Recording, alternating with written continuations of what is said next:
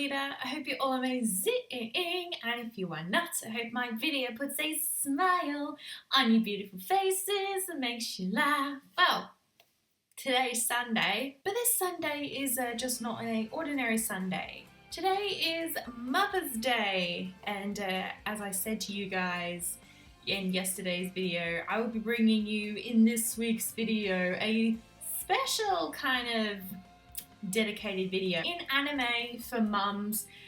I agree with all the videos that I've watched so far that people have done dedicating like these top 10 lists and stuff to anime mums, that they've only had like little screen time, and ones that have been particularly mentioned that I am fond of for anime mums are like Queen Serenity from Sailor Moon, Hana from Wolf Children. Oh, she's an epic mom, you know, handling 2 wolf kids, you know. But I feel from other people's like videos that I've watched, there are some certain anime mums that I am a fan of that were not mentioned like at all. I mean, I've only seen so much of animes. I've probably seen more than 2, nearly 300. But there are a few out of that margin that mums that have kind of been, I wouldn't say like overlooked, just like maybe like underlooked, not really been noticed. And so in today's video I'll be going through these anime mums and the reasons that I love them. I'm gonna start off with an anime mum that's kind of deceased. I know some people have mentioned in like their videos of deceased mums, but this one has always stood out to me, even of how she affected her daughter, her very young daughter, and that is from Cardcaptor Sakura. It is Sakura's mum. By the way, I have no idea how to say Sakura's mum's name. I'm not even going to attempt it. But Sakura's mum plays a huge role, I feel, in the whole of the Cardcaptor Sakura series. I mean, you know, Sakura taking on doing the whole card capture thing, having to capture all these cards, and she's only like, what, 10, 11 years old. Sakura's mum died when Sakura was still very young, and, you know, she's gotten used to, you know, living with her brother Toyo and her father, who works a lot at the university and everything. She always says, like in most of the episodes, good morning to her mum. There's like a picture of her up on the little dressage table thing there is when they go sit down and eat breakfast. And I remember an episode when it was really touching that Sakura got to learn a bit about her mother. Her father is still friends with one of Sakura's mother's older friends, like from back in school and that. And Sakura gets to learn a bit about her mum then. Sakura's mum has a massive, massive effect over Sakura. Even though she's not in the world of living, she still leaves an impact. It's exactly like how it is for Toru from Fruits Basket, of her mum, Kyoko. Even though Kyoko is not, you know, really in the anime, just of her effect that she had on Toru was the same of how it is for Sakura, of how Sakura's mum has an effect on Sakura. Even though Sakura can't remember much of her mum, I just think that, you know, from what I remember seeing of Sakura's mum, learning about her, she was such a, you know, caring human being, and her daughter has followed in her footsteps. I feel that Sakura's mum should get some appreciation for her amazing daughter, who has, you know, took a good chunk of my childhood. The next one I'll be talking about is actually from a very recent anime, actually. I've only seen her play in a few bits of the episodes, but her whole impact on her son, you know, left me feeling like, oh. And it's actually from a show that aired in the 2015 summer season it was. It's actually from the anime Days, actually, the soccer anime. I love that show. And it was actually Tsukamoto's mum, Nozumo. And she's actually, you know, quite disabled. She's paralysed in her legs and she's in a wheelchair. And I just love her because of the impact that she had on Tsukamoto. She was always rooting for him all the time, and just her real infectious, positive energy towards Tsukamoto, even if he's in lingering of doubt. She is just really an awesome, supportive mum for her son that, you know, wants to play soccer and just really tries hard. She knows her son's flaws, Tsukamoto. We know how Tsukamoto is in days. He's clumsy, he's not that reliable sometimes. He reminds me of myself in a male version. I can't wait to see more of her in the second season, which is coming for days. I'm so excited.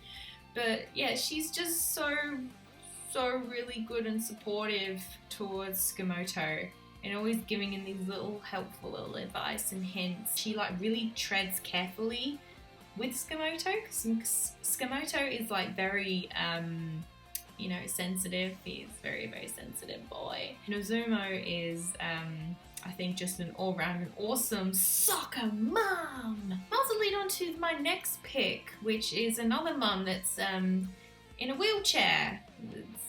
Don't worry, that's not saying a lot. That's just, when I made up this list, I realised that two of these mums can't walk, I realised, but that's not the point I chose them. But this one has always stood out to me. And this anime mum is not a perfect mum, she's not. Angelic Leia. And it is actually Misaki's mum, Shoko. Misaki and Shoko's relationship between mother and daughter is one of the most real ones that will make you cry, especially towards the end of the series. This is an anime mum that you see a lot throughout the actual series, and Shoko actually ends up leaving Misaki when she's very young, and she keeps saying that she's not coming home because of work and that. And Misaki ends up like lying to herself. It leaves Misaki feeling that she's not wanted, her mum doesn't love her. And Shoko really has been hospitalized for a rare neurological nerve disease where the brain is not sending messages down to the nerves in the legs, and it, you know, causes her, she can't walk.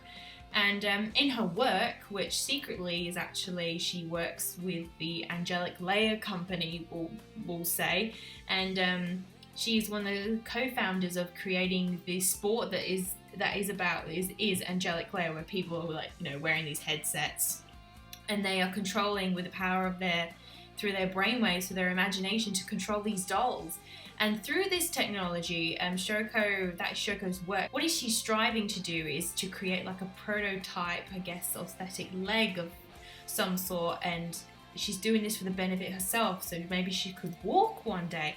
And that is why all the time she kept using work as an excuse with Misaki. She was just so driven towards this goal of, you know, maybe eventually with the technology to create, you know, her own leg. And then she felt like then if she could complete that, she could face Misaki, but realizes that her decisions and the years have just only put a strain on their relationship. I'll tell you right now, it is so touching when towards the end both of them are like finally reunited. I will say it is heart-wrenching every time I rewatch this series. I'm like, oh my god. I could not fault her in her decision. I mean, you know, we're not all perfect when we make decisions, but as a mum, all the time she was thinking of Misaki.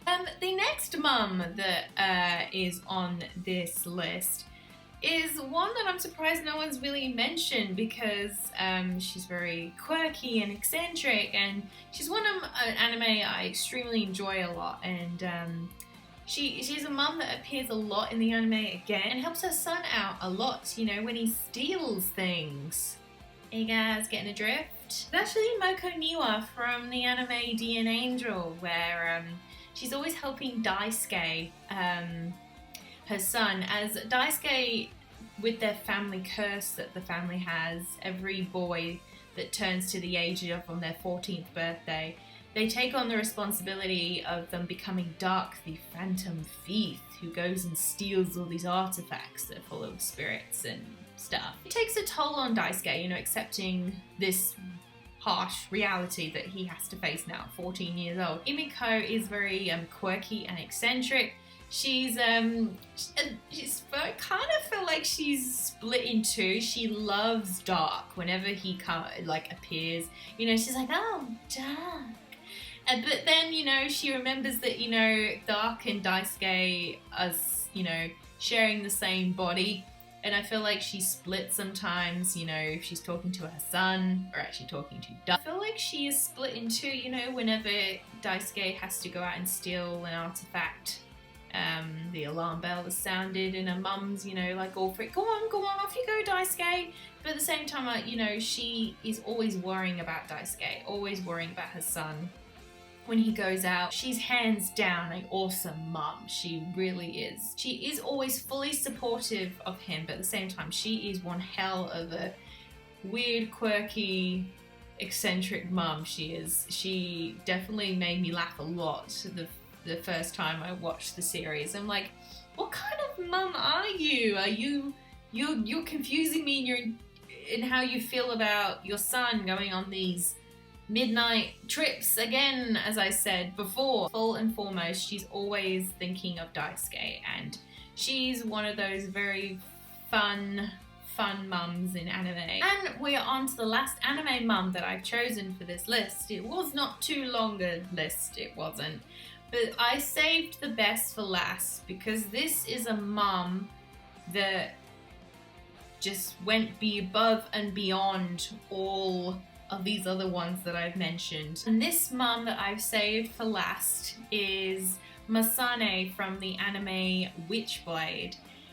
Now many ask why Missoni from Witchblade, if anybody's actually watched Witchblade. Witchblade is actually based off the comic books, and I actually really love this anime a lot. Missoni is an unfortunate woman. She is, as anybody knows if they've seen like Witchblade or know about from the comics, that only females end up being the beholder of the Witchblade, of the power, never a male. It has to be a female host, and unfortunately Missoni is chosen for this. And from years and years ago, there was a massive explosion years ago, and she ended up surviving, which was actually caused by the Witchblade itself back then, but she didn't know. And didn't know she'd been taken over by the Witchblade, chosen as a host. And she and a little girl kind of survived it, and the little girl's name is Riko. Riko just ends up following Missoni, and they just bond like glue. These two are like paper and glue. Just nothing can set them apart. Just Riko started calling her a mother, and they were just mother and daughter ever since then. And all throughout the anime, no matter what anybody thinks about this anime, what I love about this anime is Missoni and Ryoko's relationship, mother and daughter.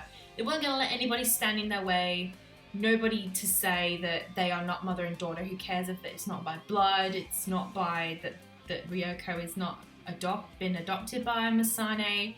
They just knew, both of them, both Missoni and Ryoko. Missoni put her life on the line the whole time. Missoni is fighting, she's fighting all the time. She only ever thought of Ryoko the whole time.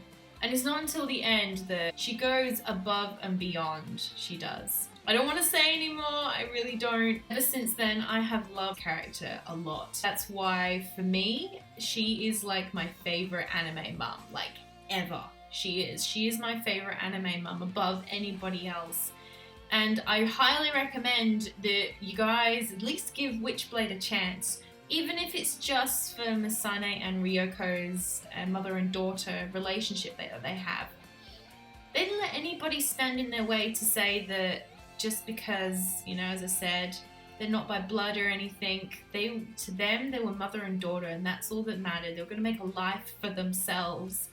And it was just inspirational the whole time watching it, and that's why Missoni is my favorite anime mum. I hope you guys enjoyed this video and you enjoyed listening to maybe some anime mums that have been not really mentioned, but now you kind of know. And yeah, I enjoyed talking about them, especially Missoni. Oh god, I'm gonna get teary. But yeah, let me know down in the comments. Who are some of your favourite anime mums? Is there any that I have mentioned that you're like, oh yeah, now I remember. Happy Mother's Day to all those mothers out there. And let's remember, every mum to us is awesome. And as always, guys, don't forget to subscribe for more craziness. And if you want to keep up with my anime antics, you can follow me on my blog, Alita Kina Anime Corner. And you can follow me on Twitter, Kino Reviews, where I am all the time. And I will see you guys next week with, as usual, 2 brand new videos. And I'll see you then.